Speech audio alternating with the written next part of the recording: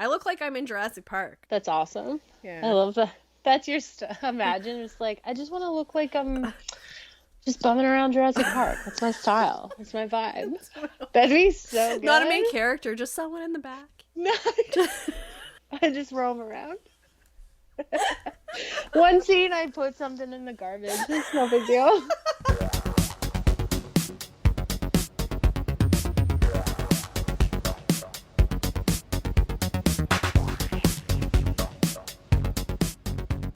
Welcome to the Coven Slumber Party with Ray of 5x5 and Sarah of Calling Corners, where we break down and geek out over the witchy, magical, and mystical media of the 80s, 90s, and more, and try and fill the video store-shaped holes in our hearts. I also love that you're just surrounded by liquids. You're just like, and this, and this, and this, and I this. have 4 of them. I went through the drive-thru with Mom. She's like, I don't need one. I'm like, these are mine. I don't know what you're getting. Cool. So, oh, that's awesome. I do want to say though, just where this just came out, spoiler warning, 100% for all of the movie. We're talking about all the things. Go watch it first if you don't want us to totally ruin the movie for you, because unlike most of the stuff that we talk about on this podcast, I would say you have about 20 years to have watched them usually.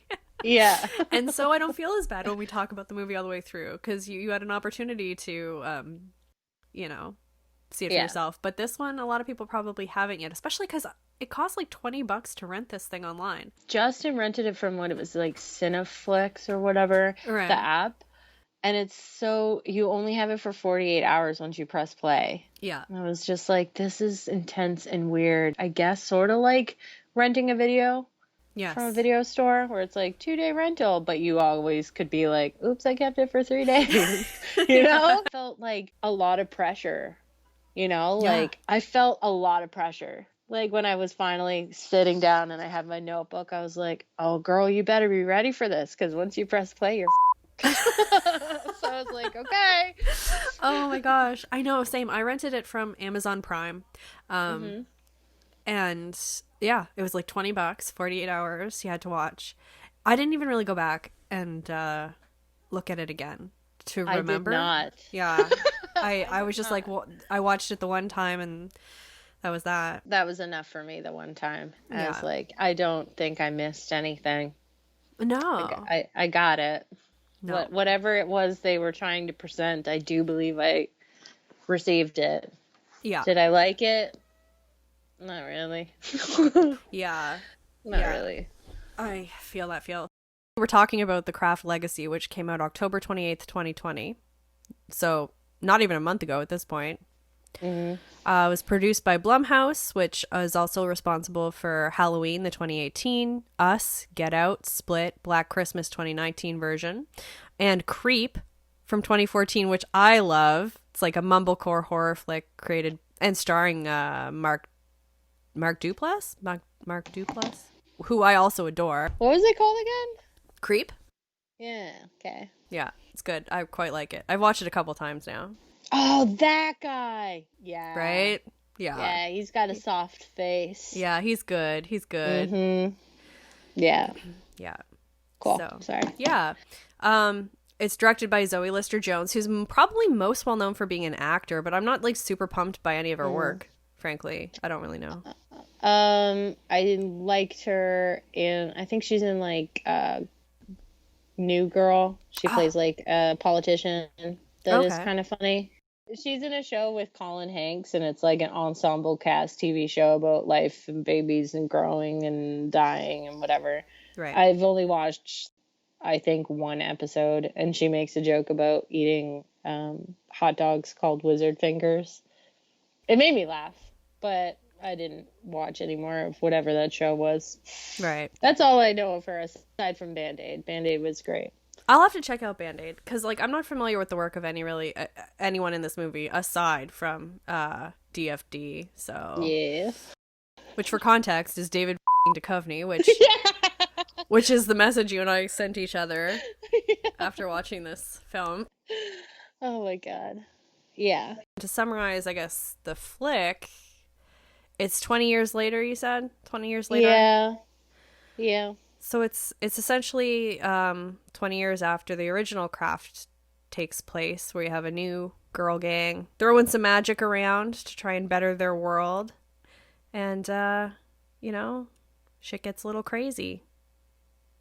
Again, what's the plot? IMDb says a group of high school students form a coven of witches, a sequel to the 1996 film The Craft.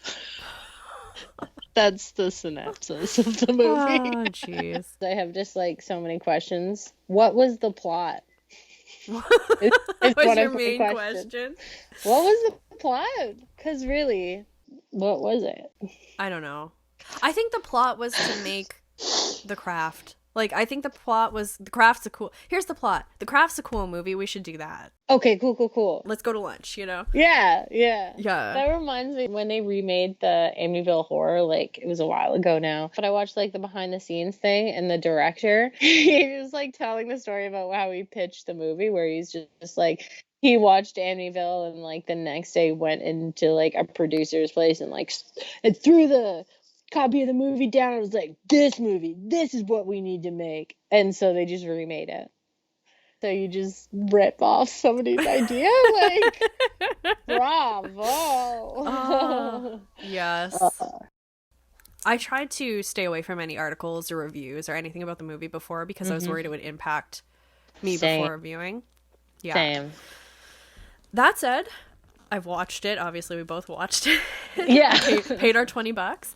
And I still am trying to figure out if it was a topical knockoff or something kind of its own thing, something cool and, something evolved. A good incarnation of the first one, I guess. I don't know. Because it decided to do things that made sense for it to be a sequel, and then they did things that didn't make sense for it to be a sequel, and it just seemed to have way too many different it really felt to me, especially because I watched all of the trailers a couple of times and I kind of memorized them, and I think 80% of the shit in the trailer was not in the movie. I agree with that. I thought so too. I went back and watched the trailers later and I was like, I don't remember that. Yeah, so I feel like they shot 8 movies and then just kind of put one together. Yeah. It felt very confused about the actual plot line through everything. Because, they had certain plots and subplots and stuff that they dived into, but, the actual through line was, non-existent. Yeah, it wasn't really working with a ton of substance, in my opinion, which is so funny because I didn't know David Duchovny was in this movie. Oh, really? Because I didn't watch any, and I didn't even watch the trailer. I didn't know he was in it. So when he showed up, when they pull up to the house, the first, I was just like, that's when I messaged you immediately. Yeah. But it's I was really pumped for him to be in it, but then after watching it, I was like, why is he in this movie? Why did he ever agree to be in this movie? And that's the part I was so confused by, because I started reading about after all this stuff, and he was talking about how it was a really smart script, and he hasn't been in a movie in 4 years, and he came back to do this because he was the script was impressive and it was smart, and they were really making this sort of cultural response, or I don't know, a commentary about the world now, and they were doing it through this lens of fun horror witchcraft and yawn. And even I read somewhere there was a quote where he was it had the same, I don't remember what the quote was, but the essence of it was kind of commenting through horror with the same kind of spirit as Get Out, and I was like, oh bud, no, it did not do that. That is and I don't know if he was just incorrect. Yeah, it's really but maybe that is the maybe that just is there were so many changes made to the movie. Maybe if there's a director cut at some point, it'll be the movie David Duchovny's talking about. Yeah. Maybe. But I just was just yeah. It felt weird. I was like, I don't think we watched the same movie. Really? I wanted to like it, and a part of me was still on the fence. My Libra was definitely showing a lot before reading the articles after seeing the movie, and talking, even just talking to you now. I was just there were parts that made me really smile, and like the montage, the magic montage, like that was so fun. Yeah, I liked it, but I felt like that was like the only magic in the movie. There's like not a lot of magic in this movie. Yeah. It's not the focal point. It's not the thing that binds. To me, it's almost like an afterthought or something, or like it's just like a plot device. It doesn't seem to have the heart like in the original. And it's so weird to think that like a teen movie in the mid 90s is more accurate and more honest and more true, you know? Like, cuz 90s teen movies not the most accurate and true. That's true. But when I first watched the trailers, what did I write down? Based off of the trailers I've seen, my guess is that the new girl will be taken into the coven like Sarah in the original, but will turn out to be more of a Nancy. Maybe not truly evil, but definitely not chill. Oh man, you were very following that logic and how the story went down. That is very cool. Yeah, but that was like really what I felt. Like I was like, because they had the Polaroid of Nancy that you never see in the movie. Yeah, so I was like, and it looked like they were only binding her in the trailer, and I was like, oh, okay, so she's gonna end up f***ing up shit, and like way more powerful than anyone expected and whatever. But that didn't happen. No, it did not happen. I feel like that would have been a cool movie. That's like kind of because they borrowed so much from the original, but like they didn't borrow any of like the character development or like the plot development. They were just like, it's like a f***ing Instagram vibe. It's not an actual film. It looks really good and it's glittery and it's like girl power, bing, but like there's no substance to it.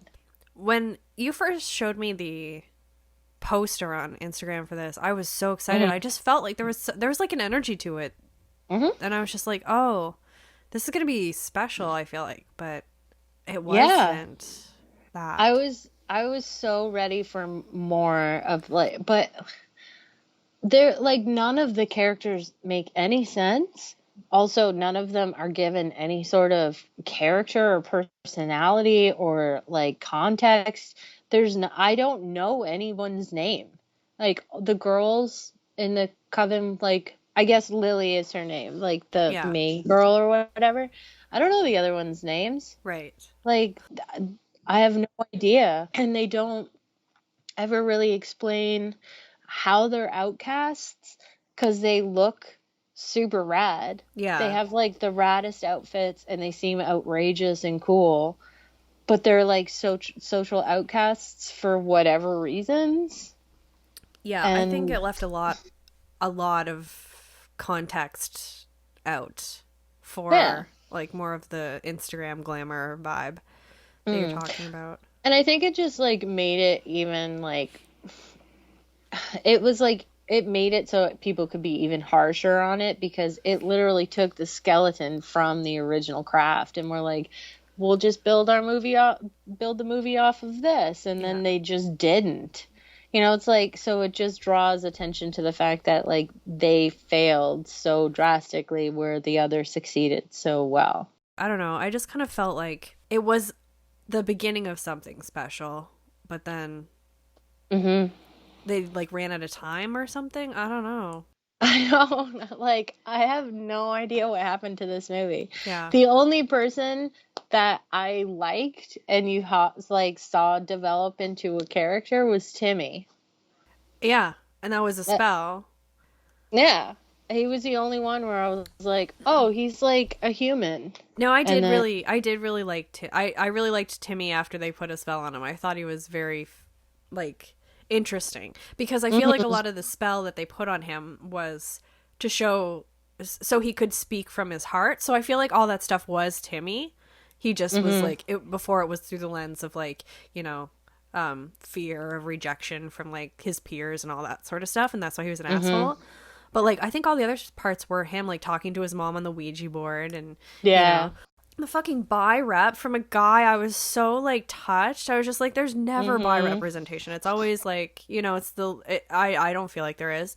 And the very few times we get stuff, it's never from the male perspective. I was No. really like, that was probably my favorite part in the movie. I was so impressed. I put it in hearts, like in my notes. I was just like, oh my god. Yeah. So that was amazing. I liked it, but I felt like they didn't respect it enough. They didn't like, because the rest of the story didn't support it.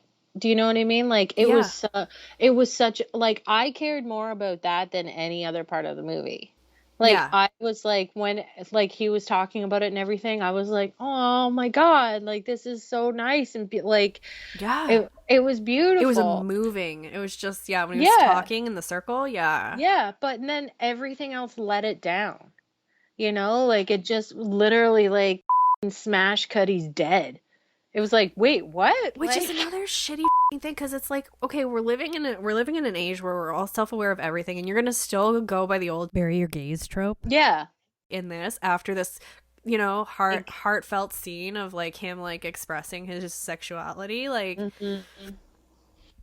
yeah. It just didn't seem to handle it with respect. And like a lot of what it talks about, it like doesn't do it in a respectful way.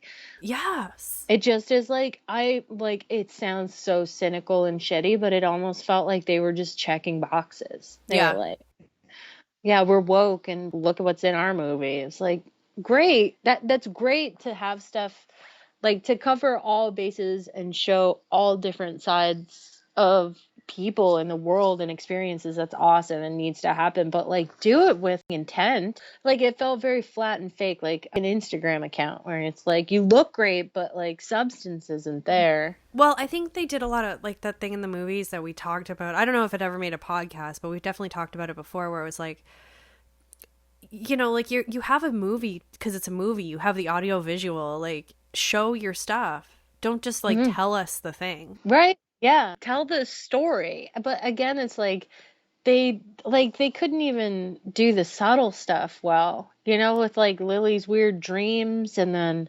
the pagan family crest that David Duchovny had, and like all of it was done so clumsily and so weirdly.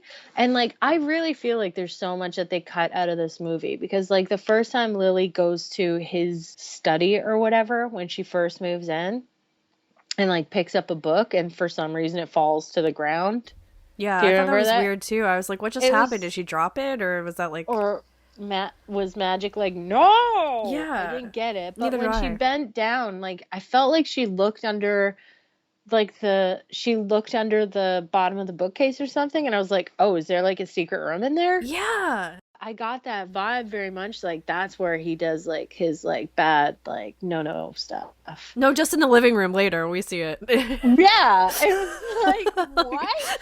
Okay. I know what you mean. I committed. I let myself along for the ride. I was like, don't be some old hag being like, I love this, I love the original, and like I didn't want it to let it cloud my judgment, so I definitely went in open-minded. And even with stuff like that where I was like, oh, is there a secret room, and then it was like, we'll never talk about that again or even let you know if that's true, I was like, okay, I'll still go along with you and see what else you got to show me, I guess. And then at the end I was like, oh, a weird anime fight? Okay. Oh my god, it's so what? It was so weird.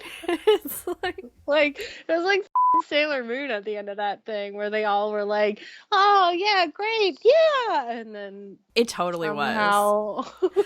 That was one of the things, like, if we I made a liked and dislike list here, and that was one of my biggest dislikes. Was it was like very MCU, just like Marvel vibe, like the magic, right? So like it's almost like a Marvel sort of movie energies going. It's not like, but only like in the last 15 minutes. Yeah, only in the last 15 minutes. And like I like more the Jaws energy, you know, like it's like underhanded, or you don't see it as much, or like, you know, you use it well but you hint at it here and there. Like that's what I liked about the original. The most magic that we saw that was like energy like that in the original was the floor in that magic shop. you know, it was like kind of pulsing or whatever. But like other than that, everything was done through the girls, or like it was very nuanced and like, I don't know. But also like built up to be something like when and it didn't like happen immediately. In the original, like it took time. They bonded and then they were able to do crazy cool stuff over time. But like in this movie, they just are like, oh, we met you one time. Let's walk home and I'll tell you about magic and then we'll freeze time. Yes. It's like, wait, and what was that like? They had the steps, like 4 or 5 steps for magic. It's like, that was like number 3 or something. It was like, you guys just already skipping to number 3? Like, you guys just met. Yeah. I don't know if that was supposed to speak to the power of Lily or what, because it didn't seem to let us know. Okay, when I was in like kindergarten or whatever you call it, primary. Yeah. We had this class and it was like, you'd write a story and then we'd all sit in a circle and like the kids would sit in the circle and then we'd pick kids to be the characters in the story. And then we'd tell the story that we just wrote.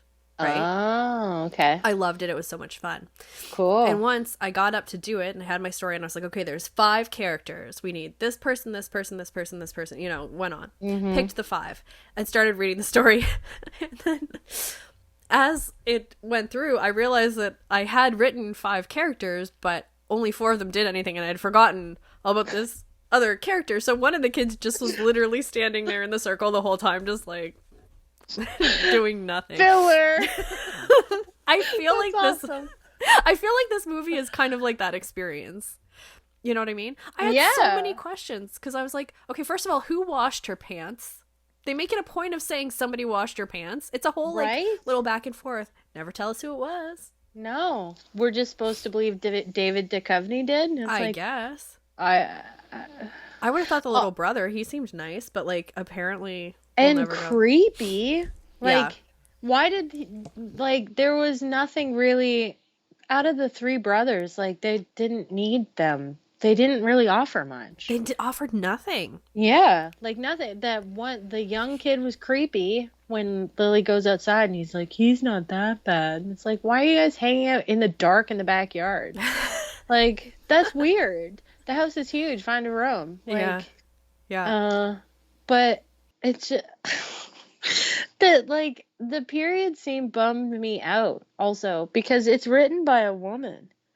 I was like, you wouldn't. The amount of blood that happened in that scene would be the like equivalent of pissing your pants. Right. You would have noticed. It's also like the worst. Like I have such a fears about like that sort of thing anyway. Oh, yeah. I watched, what is it? Beverly Hill Billies or whatever. Right. What's that movie? The Slums of Beverly Hills. Oh, yeah. Natasha Lyonne. Natasha Lyonne, yeah. She like bleeds out on like a needlepoint like cushion, and ever since watching that I was like, that's terrifying. Yeah. But and that was like another thing. It was just kind of like it fell on back on all of these ridiculous things that like, oh, make fun of the girl with the period. It's like guaranteed those dudes would not have acted like that in real life. Yeah. Like if a dude saw like she was like bleeding, they would just be like, huh! And that would be like the extent of it. You know what I mean? They wouldn't be like, oh shit, they'd be like, huh. Pass out. Like, yeah, like go pale and pass out. Like, yeah, I don't know. Maybe it's just me. Like, I would have noticed. You know, yeah. Like I've definitely had moments that have sucked in my life. I've been blessed with the curse for many a years, and I would have for sure known that like a half liter of blood just came out of my body. Do you know what I mean? Like, yes. It was a lot. It was a lot. So I was really bummed out about that because I was like, none of that makes any sense. And then after, when she put shorts on, she's like, oh, my cramps are killing me. I was like, so you do experience cramps and you just like... Just like, gonna wing it today. Is that fair? Like, maybe I'm being like a little harsh, but like, I felt like she would have, like, you would notice. I mean, you would know. Here's the thing, like, Ginger Snaps was also, I don't know if I think it was written. Was it written or just directed by a woman? Ginger Snaps, I can't. Oh, I don't remember. Yes. Well, it was written by John Fawcett and Karen Walton. So. Okay. But what I was saying, sorry, about Ginger Snaps was using like menstruation and, you know, having your period and stuff as like a plot device or like a way to push the story works. Like, you can have it work. Like in Ginger Snaps, it was a very important aspect of the whole situation. It was great. Yeah, it was great. No, I was like, that's kind of like my favorite part of Ginger Snaps. Like, like that's why I love it so much, because I watched it when I was younger, and it just meant so much to me to like not only see someone your age menstruating on film, like that's not a normal thing to see, but I don't know, even though it doesn't end up working for her, she gets this primal power. It's like cool. Yeah, and I think so. I do think as a story thing, story device, it can work really well and be very empowering, because you and I both experienced that with Ginger Snaps. Like, yeah, and that's like kind of from the trailer, that's kind of what I thought it was gonna be, but it just turned out to be a way to show how shitty Timmy was. Yeah, and it was like, yeah, I guess, like, I don't think that you needed to do that angle. No, it was more like it felt more like it was used in a more juvenile sense, I guess, than they did with Ginger Snaps. Like, if we had been writing this in high school, we'd be like, oh, well, we need a way for the friends to meet and to show this guy's an asshole. What can we do? We would have just done that. Yeah. It was probably not the best choice story-wise to get things going for something that was produced by Blumhouse, who did make Get Out, going back to that, which is a phenomenal movie. I don't think I've ever seen a movie that did what it did so well. It's so an incredible movie. I remember going to the theater to see it, and it was crammed, so we were in the front, and like we were by a bunch of teenagers, obviously, that were like out on dates or something, or like, I don't know, but like they laughed the entire time. Like, it was like, you don't know what you're watching right now, do you? This was a beautiful movie, and you ruined it by like laughing during like crying emotional scenes. Like, nothing crushes me by watching a movie more than when there's people there that aren't taking it seriously. Yeah, it's like, why did you spend $15 to get in here? You right? Dope. That happened to me. Did you ever watch the movie Shudder? I think it's called Shudder. It was remade with Joshua Jackson. Is that his name? From Dawson's Creek? Oh, yeah. It was like this really it's like a ghost story movie, and it's like, it's really serious, and it's a ghost, like it's a ghost story, it's serious, there's a lot going on, and the whole movie, he's a photographer, and the whole movie his shoulders hurt. Do you know what I mean? And then at the end of the movie, sorry to ruin it for you, but this is what we do here. At the end of the movie, the ghost is like haunting him, and he's like dropping his camera, and he's trying to take pictures of it, and ultimately a picture gets taken of him, and you can see that the ghost has been on his shoulders the whole time, like haunting him, and that's why his shoulders hurt. And it's this really powerful, cool, interesting scene, and there were kids in the theater laughing when that happened, and so many other people started laughing, and I was just like, that's not funny. Like, this is... No. It kind of ruined it for me, I'm not gonna lie. Yeah, that sucks. Yeah. But it's like, I have to acknowledge that, like, I am definitely one of those people that laughs at moments in movies that no one else laughs at. Right. Like, in Get Out, like, people were laughing at all this stuff and whatever that was, like, so inappropriate. Like, the scene where the groundskeeper, or whatever his title was, like, is sprinting in the middle of the night. That's terrifying to me. And kids were like, ha ha ha ha ha. I was like, you'd be laughing in real life if that was happening? I doubt it. Like, right. But there's a moment at the end where his friend is trying to figure out what's happened to him, and it like cuts to him, and he has his notebook open, and he's like, he has like magic written down, and he's like, no, magic isn't real. And like, I was like, like, I thought that was hilarious and charming. Dead silence. So like, I'm definitely one of those people that like could potentially be who you're talking about, because like, I thought that was funny, and no one else in the theater did. But yeah, I don't know. I don't know what this movie is supposed to be. I actually wrote somewhere, one of my notes is, if David Duchovny is a warlock, I think I will hate this movie.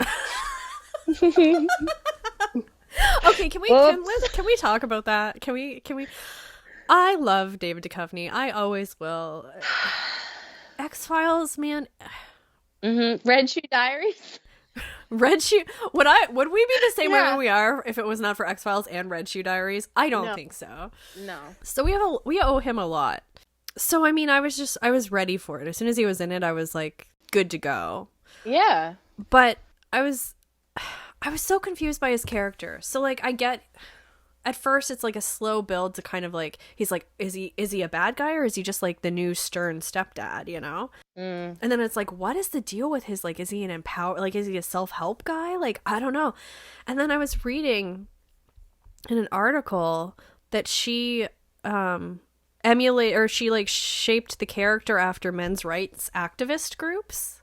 And I was like, is that what they were trying to do there? Make him a men's right activist group? Yeah, because he talks a lot about like threat to masculinity and stuff, and like how you have to man up, and like, Right. yeah, how like everything is taking away from the masculine and stuff. Again, this goes back to what I said about like where they're trying to do really great stuff, but like completely disrespectful manner. You know, like that's a huge topic.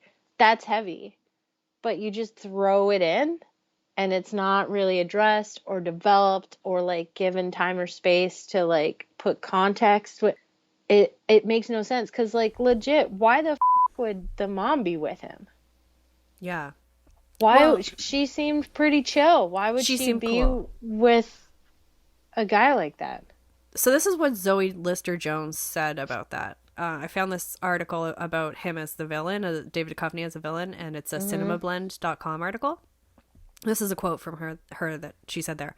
At the time I started writing this, I was really fascinated with a new breed of men's rights activists. There are certain leaders in that community who are delivering their message through an academic lens, a lens of vulnerability that makes it easily digestible for people who otherwise might have scoffed at it.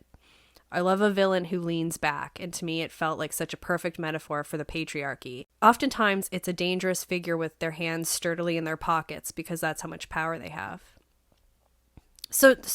She was really trying. I feel like she was really trying to encapsulate that, and I think you're right. It just wasn't developed enough because it kind of left me confused. Yeah, they really only mention it. They show you the room once. And it's like there's things on the wall in the books. Mm-hmm. And then that's really the only time it's ever addressed. Yeah. The rest is just like fill in the blank. Sort of he's weird and has like a meeting in his living room. Even though he travels coast to coast to big arenas and stuff. Like, it felt really weird to me. Yeah, the meeting in the living room. And I was like, okay. And then I was reading in other articles and stuff, and I'm just like, was it a meeting or does he have, like, because he references his pagan crest. And so I was like, okay, if it's this pagan thing, like, is this his, like, coven? Is he, is this his men's rights coven? I mean, I don't know. Well, yeah, maybe, but would he just be, like, chilling in the living room, not telling anyone and being, like, super open about it? With a new girlfriend and new, like, potential stepdaughter in the house to just be like, oh, we're gonna steal your power later, bitch. Like, you know, like, it just didn't add up fully to me. I agree. Yeah. And like, I think, oh, go ahead. No, it's just, I just am even remembering at the ending, like, he even does the stupid, like, I'm gonna explain my plan to you before I do it. You know, like, so it's like, come on, guys. Like, I think we're past that.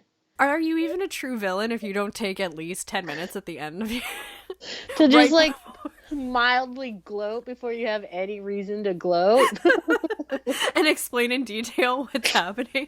Yeah, just all in all, like, I feel like there was, in my heart of hearts, I think there was a good script somewhere. There was a good script and a good idea, and shit probably was built up and developed. But then I think they were like, we need to put this out in 2020 so people buy it and rent it, you know. Yeah. get some money flowing. I do want to go back to the David Duchovny villain thing again. So again, spoilers, all the things. Just spoilers. Plug your ears, shut us off if you haven't seen it. Come back when you have. Yeah. Because all the spoilers. But I don't understand why he killed Timmy. Me either. And I feel like he tries to explain it, and I'm still confused as to why that happened at all. Yeah. And I somehow he like knew that Timmy was with his son or something. Is that what it was about even? Like, I don't know, because there was like Timmy stayed for dinner and like the eldest son, forgettable one. No lines. That No was lines, McGee. I don't know. Yeah, that was with Timmy. Doesn't come down for dinner. And like David Duchovny just spends the entire time just staring at Timmy, being like, oh, and delivering his lines all weird. And it's like, I guess he knows? I don't know. I don't know. Question mark? Because then he says something when he's like divulging his whole scheme to the girls, and he says something like Timmy was weak, or he was weak because he was able to be like. I got this sense he was trying to say that he was able to be manipulated by the girl's magic, so he was weak. I don't know, but killing him was so odd. So random. It was so random, and it made no sense to the plot, really, frankly. No, it didn't. The only thing that came out of it was the potential divide of the girls.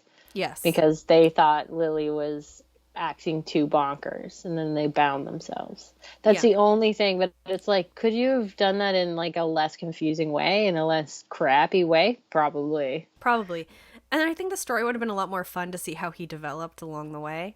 Mm-hmm. As somebody who had a spell cast on them to be essentially more woke. Yeah. And see how that went, because I don't really, and like, yeah, and like the whole angle with Timmy, I just feel like that could have been something so much more interesting. Like, we could have seen so much more. It could have been way more representation than we had. Yeah. I'm grateful for what we had, but like, yeah, I just feel like he got prematurely killed, and it really didn't serve the plot. They could have totally done something else. Yeah. It just, again, just like not treating a lot of stuff with respect that they set up. It's like you made the choice to step into that arena, like, and then you're like, no, never mind. Backtrack. And the thing about this movie, it was a really interesting space to be in, because for you and I, and probably a lot of people listening, we're at an age where we grew up with the original. Like, we didn't just see the original years later and be like, oh, that we relate to this. We saw it when it was made. Yeah. And grew up with it. Mm-hmm.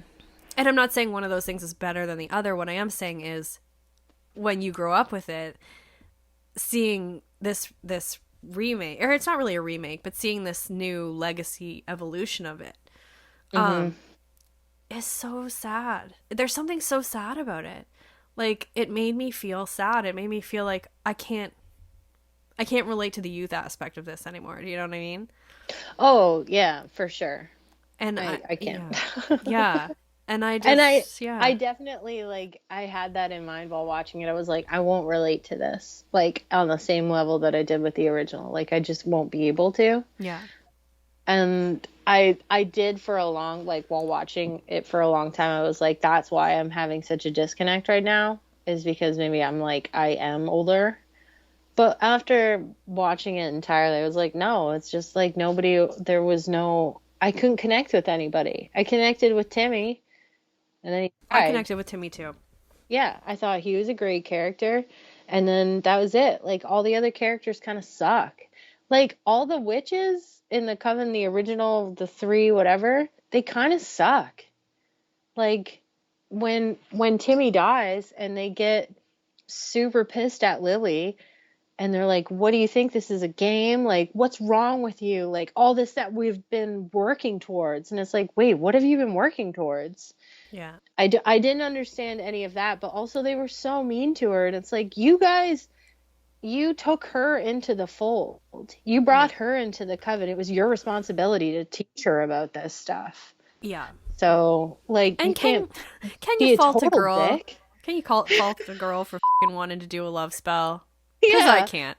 Yeah, it is what it is. Like, I don't know. I just felt like that was really disappointing that her friends were instantly like, how dare you? You've disrespected us. This is disloyal. Well, it's But it's like, subjective, right? Like they yeah. like it And is they or it even isn't. say that too. They're like, well, the first initial spell that we put on Timmy, it wasn't consensual. Yeah. So, but it's just, they got so pissed at her and they were like, no, like, it's not okay. It's like, well, did you explain to her that's not okay? Like, she doesn't know what's going on. She's just like, oh, I have magic now. Cool. I can put pearls on my face.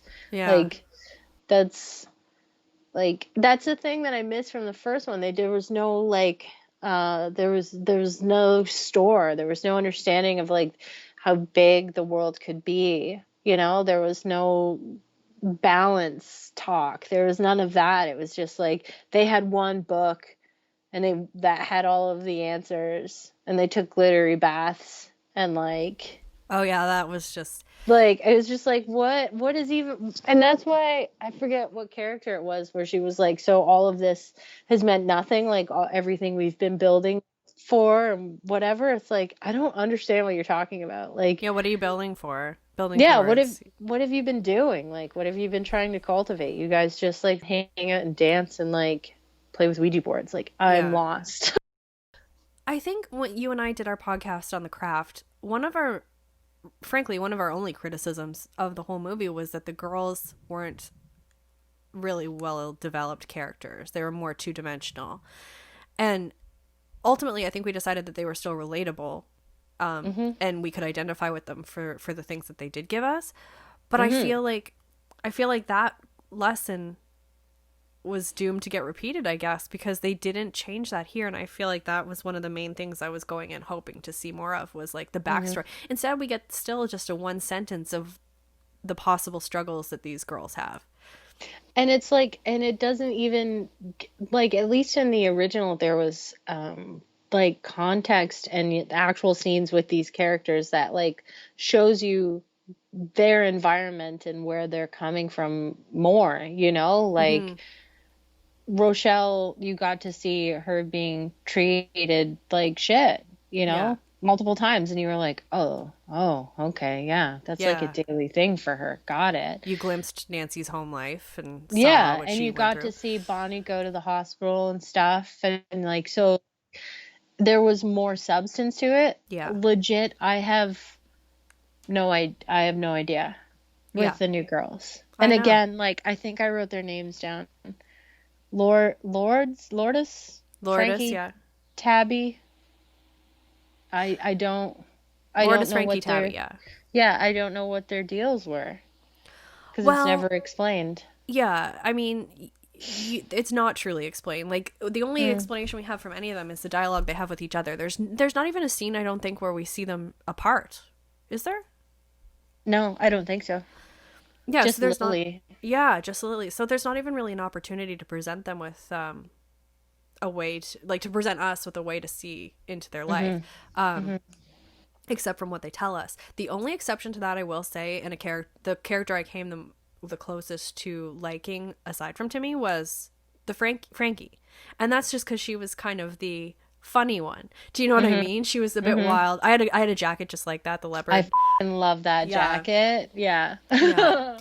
So and I kind of understood hers because she has. I feel like she maybe even had more lines, but like, and you get the scene with the girl at the party that's kind of bullying them, and she says, Right. what does she say? She's like, oh, that's so cute, you tried to look nice or something.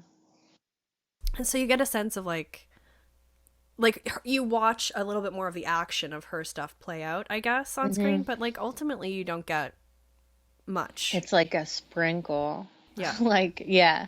I have to also say, because I was like looking at reviews and stuff after watching the movie, and I was like, I don't know how to take a lot of stuff now. Like, there was a lot of people giving, what is it, Zoe Lister-Jones a hard time for that scene in particular, where it's like, oh great, like, have a female character be an asshole to another female character, way to go, like, kind of like being like, we're beyond this. And like, in my head I'm like, but we're not though. Like, I don't understand. There's a lot of people on the internet that are like, oh my God, this is the worst. Like, how could you portray people this way? It's like, because people are still like that in the world. And like, we still need to acknowledge them and deal with them. So it's still fair to put them in movies. Totally, totally. And I think that that's just gonna be like, we're always gonna have the person on the internet that thinks they're being woke, that's saying the thing that actually is ultimately pretty. It's an opinion. It's an opinion. Yeah. That's like, I feel like there was a lot of misses in this because like they were trying so hard to like build this perfect world or like perfect narrative and just like literally missed everything that they set up. All the targets they set up, like they missed it. Like the whole what were the like the men's rights crap that David Duchovny was supposed to be tied into? Like that really went nowhere and didn't do much. Yeah. Other than he was supposed to represent the patriarchy, I guess. Well, I think that ultimately was the failure of this movie, was like they tried so hard to like include all of these things about like modern society and the struggles that we have and like and how we're growing past them, or like how we're working towards growing past them. But they did it in a way that made it at the expense of the story. And a movie is a story. So, like, if you don't have that, like... Exactly. I feel like it could have been a really rad movie, though. And maybe the director's cut that will come out in, like, 2 years, because I feel like Zoe Lister-Jones is going to have to, like, fight for it. Yeah. Maybe the director's cut will be awesome. Did you get the sense, too? Like, it seemed like a pilot as opposed to a movie. Yeah, fair. Like... Yeah. There's so many unanswered questions. Yeah. Yeah, like I feel, or actually, I read an article too after watching the movie that Zoe Lister-Jones apparently has a sequel in mind, which is not shocking at all when you see how this unfolds. Yeah. And I went in and I kind of did I enjoyed my experience watching it, so it wasn't like I hated it. It just, there was no substance there for me, but there was enough substance. There was the equivalent amount of substance that would be in the pilot of a show. Do you know what I mean? Just enough to get you on the hook to watch the next episode. And that's exactly what happened to me. I was like, when the credits were rolling, I was like, oh, it's done? What? Yeah. You know? I'm pretty sure I felt the same. Just kind of like, oh. Yeah. Okay. All right then. Yeah. We got the Fool card. Now we need the Magician, I guess. But do we want to sit through the Magician? Now we got I mean, I don't know. No, I'm cool, I think. But again, of course I'll watch it. Like if another one comes out, of course I'm gonna watch it. I was really bummed at the ending, I guess. Like really bummed. Because I just after they burn him alive, they just smash cut to them walking down the street being just chill. Yeah, the mom drives up, nothing weird. No trauma from anything. No, it's like, stop dating warlocks, and they're like, ha ha ha ha. Yeah. And then she went and meets Nancy, and there's literally not I was so disconnected from all of that. Like when Nancy shows up, I was like, okay. Right.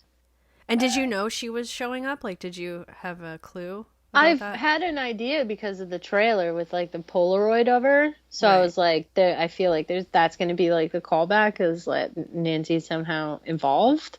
But again, that's why I thought, because I thought Lilith, her path was going to be a combo of Sarah's and Nancy's, where she's going to be naturally gifted like Sarah and then accidentally go bad like Nancy, and so I knew there was going to be an element, but it just was presented so crappily. Yeah. I was just like, oh, thanks, I guess. What did you like about it? Did you like anything specific? Aside from, of course, we talked about the Timmy aspect, which we liked. I liked that. And, the thing is, I liked a lot about it. It could have been so far out. It could have been, because it had some really cool ideas and, really cool angles and stuff. And, it could have been really rad, but it kind of fell apart. I did like the mom. Yeah. Helen or something. Was that her name? Yeah. Helen? Yeah. I thought she was pretty cool. I liked her as a character. I liked her as the mom. I kind of liked their relationship in the beginning when they were in the car and stuff. It was kind of cute. But again, sweet. Lily starts crying for no reason, and they don't explain it or kind of Like, that's the thing. It's like, again, like, everything is kind of brought to a certain point and then, like, left or forgot about, you Speaking of know? stuff that's left and forgot about, they never bring up the sleepwalking thing again. No! Like, what was that about? They're like, oh, the brother's sleepwalking again? And then never brought up again. It's not Yeah. relevant at all. Also, there's just another brother is immediately right there and is like, don't forget about it. And, like, stuff like, or like when they are having the talk with Timmy and he admits that he was with one of the forgettable brothers. And David Duchovny comes home and like she makes everyone, all the girls, leave through a window, even though she lives in the attic, and she never explains it. She's like, he can't see you here.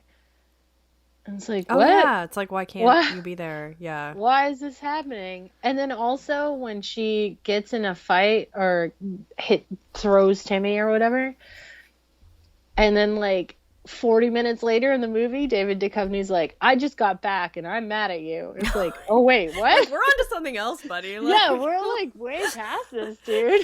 I guess like I liked it. Lourdes, I think, was the one that had like the magic kit when they went into Timmy's room, and I'm pretty sure it was a caboodle. I was gonna say that. I thought it was a caboodle as well. I was like, that is so badass for your like, portable altar I'm space. So into that. Caboodle, yeah, yes. That was like that was like my favorite part probably in the whole movie. I made a special note. I did think the acting in this was pretty good. Like, you know, I love David Duchovny. He can do no wrong. I don't care. Whatever. Yeah. He's amazing. And I thought the girls did pretty well, you know, like, nothing crazy, but like for up and comers, I mean, I gotta give them some credit, especially because like I don't know any of them. I'm not familiar with their work because they're 5 years old. I know, same. Yeah, I tried to even look on IMDb and I was like, no, it doesn't matter. I don't care. It's fine. They were good in this. I don't need to track down the commercials they were in before or whatever. Like, it's fine. Yeah. And they, I liked them. They were good. I thought they were, for the most part, pretty believable in their roles. The mom was played by Michelle Monaghan? I'm so bad at reading. Yeah. I seem to like her. I feel like I've seen her in stuff. Yeah, she's pretty good. Right. Okay, so we have Kaylee. How do you say your name? Kaylee Spaney? Oh. Spaney? I don't know. We're butchering that. I'm sorry, but everything is spelled so confusingly. I know. Yeah. So we have Kaylee Spaney playing Lily, the Sarah character. Zoe Luna as Lourdes, who plays a transgender woman in the film and actually is a transgender actor in real life, so that's really awesome. Oh, that's cool. Yeah. Again, I'm not familiar with any of her work because, again, all of these kids are like 12. Yeah. In my ancient opinion of 35. And then we have Gideon Adlin, who plays Frankie, and Lovey Simone. Is it Lovey Simone? I think so. I'm so bad with names. As Tabby.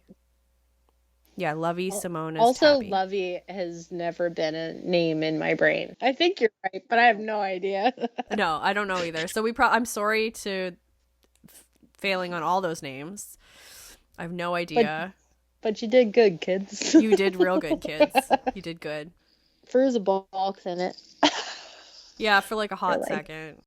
I do also want to talk about I don't really need to talk about the real magic, I feel like, in this, because all of it is real magic. I mean, we're living in a day and age where, like, Wicca and paganism and witchcraft is, like, pretty mainstream and practiced with the youth of the day and myself. The youth of the day. You still kind of count. Come on, man. Gross. No, I did a month ago. I feel like there wasn't a lot of emphasis on it. There wasn't a lot of emphasis on it. I really don't think it's necessary to point out the real magic in terms of spells and rituals the girls partook in, because it's all real in this case. Honoring the directions, again. They even refer to it as calling the corners, which, awesome. But connecting with the elements and activating them in you and, like, embodying them. So, like, in the movie, of course, it's a little bit more X-Men-y, where, like, you can see their colors, like the auric colors. Yeah. Whatever. The element that they personify, but like in real life it would be like, you know, if you're being like water, it'd be like, you know, be flexible, let things flow. Or be like fire, it's like take action, like tap into your passion and stuff. It's not as sparkly and yeah, MCU Yeah. as it wasn't the movie, but it's real stuff, real practices. Casting a circle, like they actually talk a bit about that, which is a thing. Binding, which is also a thing. Portable altars in the caboodle, hey, Yeah. so that's a thing. Are all real elements of modern, Wicca and witchcraft and other paganisms that are practiced now, including myself, and probably a lot of other practitioners do some form of any of those things.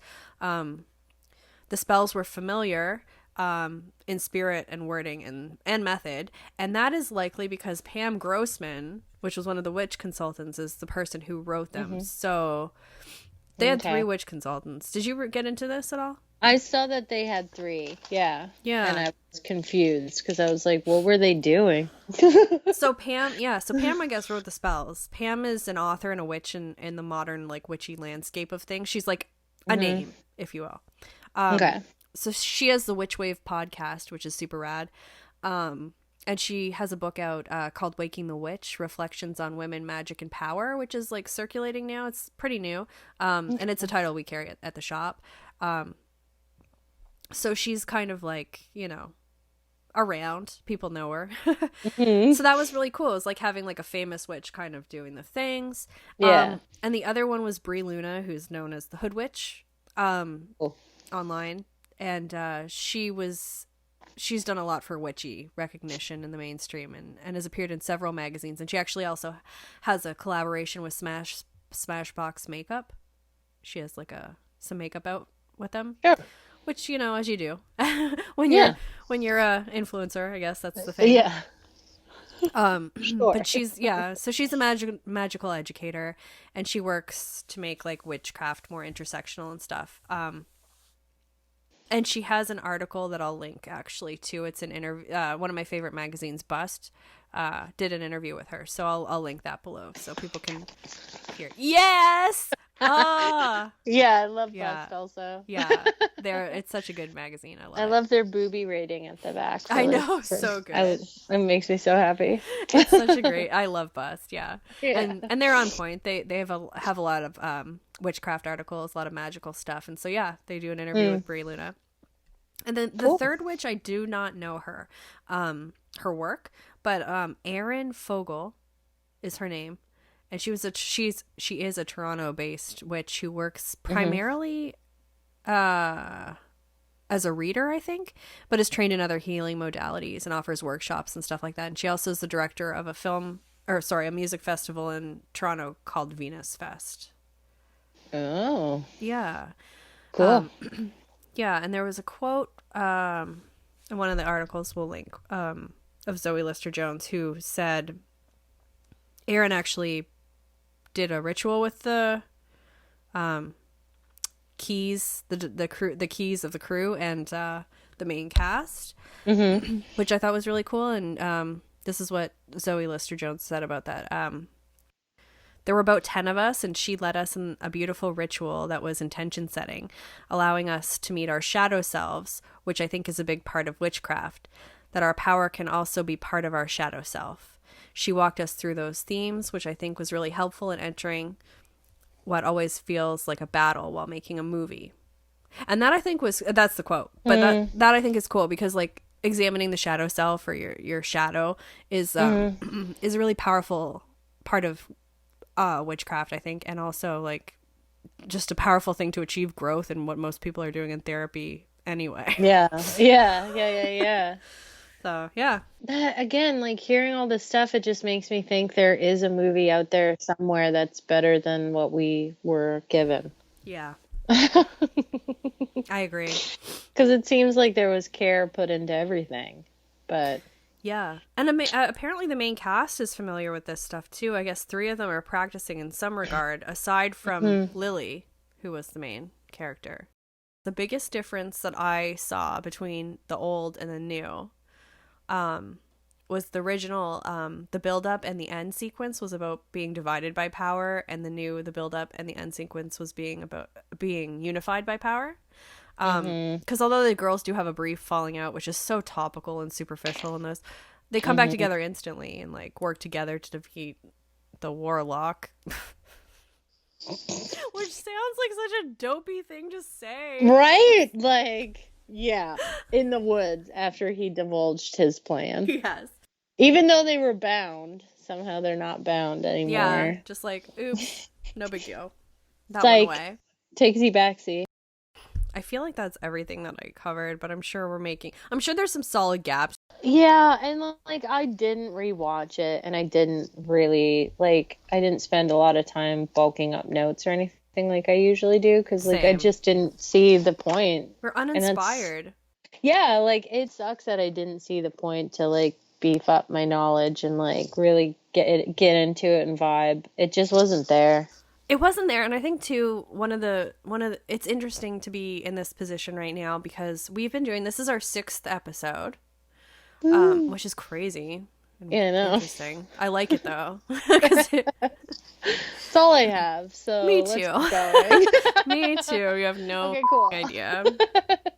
So even if it's a mini episode, it's our 6th episode, and all of the other ones are based on like, I guess at this point, like old classic historical films. I don't know if they can be called historical films. Classic They're historical to me. Teen witch. Yes. But I mean, I think one of the things that gives it that a service or like gives value to that is the fact that all these years have passed. There's so much like little quirky facts and fun information about that online, where something like this, when you go and you look stuff up, it's just people being like, here's my review. It's like, bro, I don't care about your review.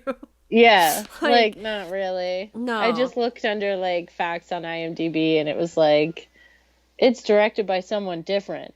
So, that's just a f***ing fact. That's not trivia. Like, that's not like, I don't have to dig deep. I just have to scroll up to see that. Like, yes. what? Right? So I mean, I think that if we have this saturate and kind of just like percolate, whatever word you want to use, but if we waited and time went by, I feel like there'd be more kind of interesting little corners to look in. Yeah. With this stuff. I'm gonna just cross my fingers and hope that like a meaty director's cut is coming out and it's gonna make a lot more sense. Yeah. That's my hope. Yeah, because I did feel like when I heard the interview with David Duchovny, which was only a couple minutes long, you know, just one of those Zoom things. It just felt like either he's lying. He never read the script. He doesn't give a Yeah. Which I guess could be the case, right? Yeah, totally. Or there's something that we missed out on that was in the script that originally was made. Yeah. I hope that's the case, but I also do believe like Duchovny just could have really wanted to have been a warlock. You know, he like have that on his bucket list of like things to do. It's like be a warlock. Be a warlock. We legitimately always forget to conclude these things properly. So thank you all for tuning in to episode 6 of the Coven Slumber Party. We very much look forward to seeing you at the next couple of slumber parties. We have some super fun stuff planned. One of Ray's favorite films coming up, one of my favorite films coming up, and something really exciting for a Valentine's Day special here in February. So stay tuned for that. Thank you for sticking with us, and let us know maybe in the comments what you thought of the craft legacy. So get your tarot, candles, and spell books ready. Start collecting that Dr. Pepper, and we'll see you at the next slumber party.